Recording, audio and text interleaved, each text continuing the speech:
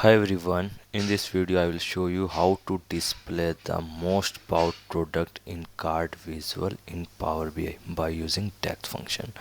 So first I have created a table visual. So first column is a product name, second is a quantity. So here you can see this table is the most bought product. So how can we find and how we display this in cards? So I have already created the measure. So we use top one function. In the top one we have pick a first one and we pass a product name, distinct product name, because values pass a distinct list of the product name.